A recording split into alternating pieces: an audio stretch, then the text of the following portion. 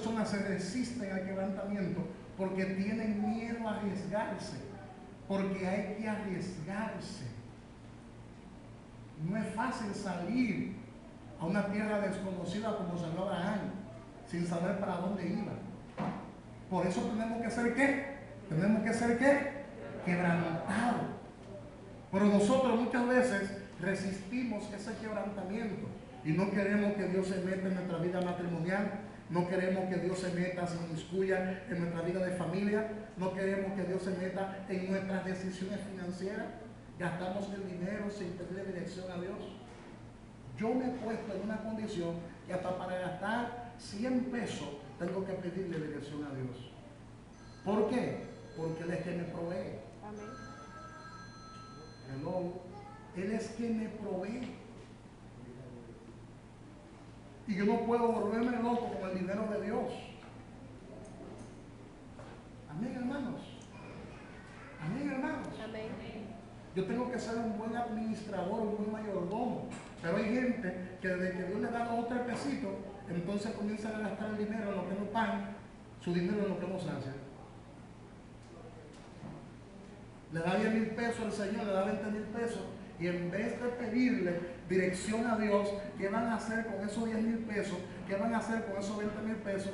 Comienzan a volverse loca y locos y gastan su dinero sin pedirle dirección a Dios. Amén. Tú verás la lucha que te va a dar ver 20,000 pesos más. Porque Dios te dio el examen y tú no lo pasaste, y Dios va a tener nuevamente que repetirte el examen hasta que tú lo pases. Amén.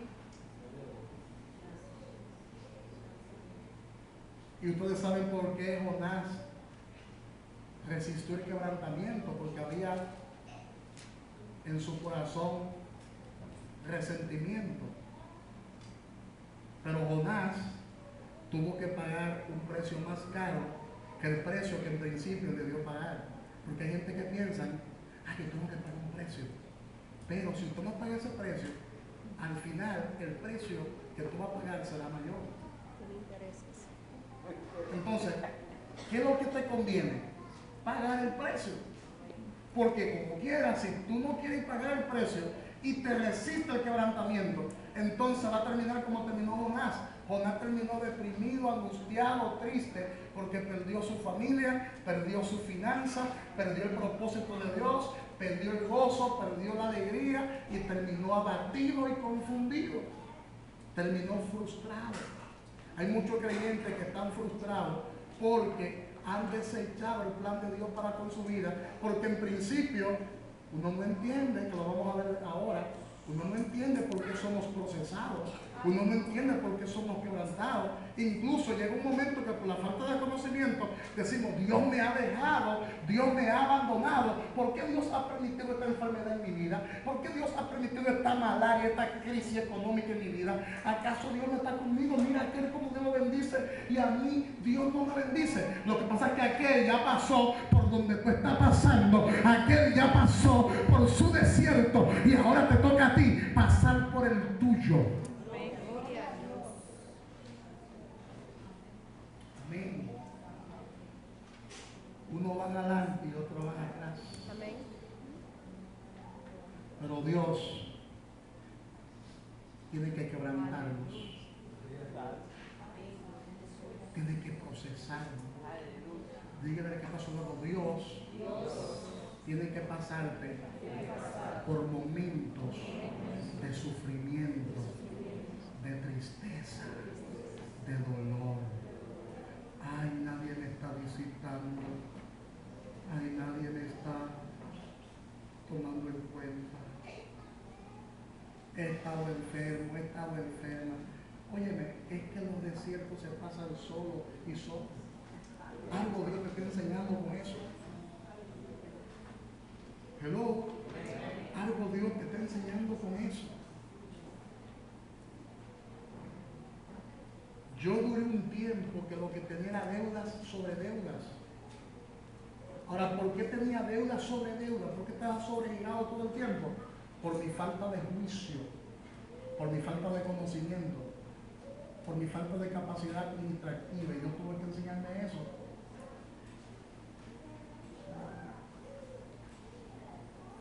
¿Qué sucede? Es el tema de hoy. ¿Qué sucede después que somos quebrantados?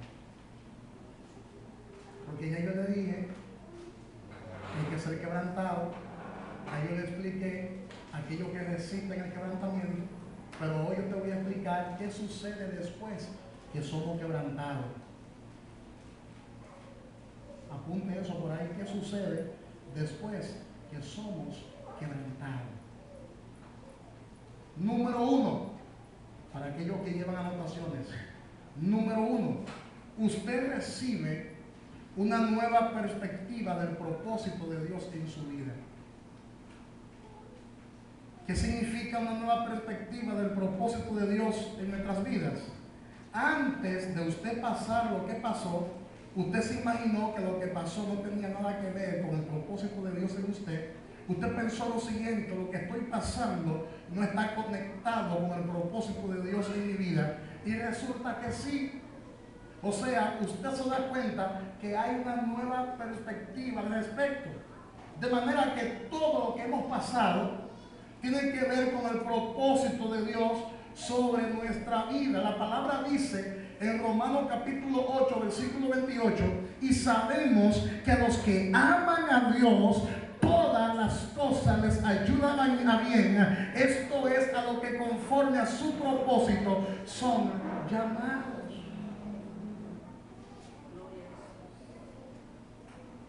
Cuando yo estaba muy aferrado a mi profesión, Dios permitió una situación de salud en mi vida, a tal punto que iba despegando la mansión celestial, y Dios me dijo: devuélvete, porque todavía no es tu tiempo, necesitas allá abajo. ¿Crees esta bendición? Dígale al que está a su lado: Dios permite muchas veces enfermedades, situaciones en nuestras vidas, porque si no es así, no nos ubicamos en el plan de Dios. Así que Alejandrina, gózate con ese proceso. Así que Margarita, gózate con ese proceso. Fue necesario, fue necesario. Y los demás que están aquí, si han pasado por momentos de sufrimiento, por momentos de tribulación, por momentos de angustia, gózate, porque sabemos que a los que aman a Dios, todas las cosas les ayudan a bien. Esto es, a lo que conforme a su propósito son llamados.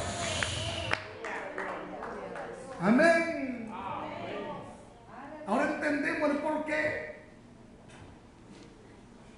¿Por qué pasamos lo que pasamos? Ahora entiende por qué Dios estaba lidiando con nuestras vidas. Ahora entiende por qué hay un área que nosotros tenemos que cambiar para alinearnos al propósito y Dios elevarnos a un nuevo nivel espiritual. Amén. Dígale que está a su lado: fue necesario ese proceso. Ahora bien, si usted no ve el propósito de Dios en lo que usted está pasando, usted se va a amargar y le va a pasar lo que le pasó a la gran mayoría del pueblo de Israel, que en el desierto, por no entender por qué Dios lo había llevado al desierto, por no entender ese proceso, en vez de durar 40 días, duraron 40 años. Y muchos, la gran mayoría, comenzaron a murmurar, se levantaron en contra de Moisés, se levantaron en contra de Jehová y comenzaron a murmurar, y esos que murmuraron murieron en el desierto.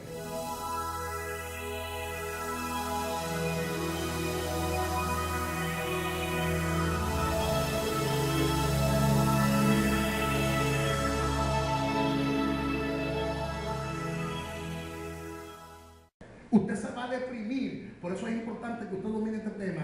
porque todo lo que tú pasas en la vida tiene un propósito. Si en tu casa hay pleito, si en tu casa hay conflicto con tu esposa, con tus hijos, eso tiene un propósito. Si tú tienes alguna enfermedad que te está atormentando, eso tiene un propósito. Pablo tenía una enfermedad y Dios tuvo que decirle: bástate en mi gracia, porque mi poder se perfecciona en tu debilidad. Pablo estaba orando por los enfermos y los enfermos se sanaban. Oraba por los paralíticos y los paralíticos se levantaban. Oraba por los ciegos y los ciegos recibían la vista. Sin embargo, cuando él oraba por él mismo, no recibía sanidad. Y Dios le dijo: bástate en mi gracia, porque es que mi poder se está perfeccionando en tu debilidad. Un aplauso fuerte a Dios.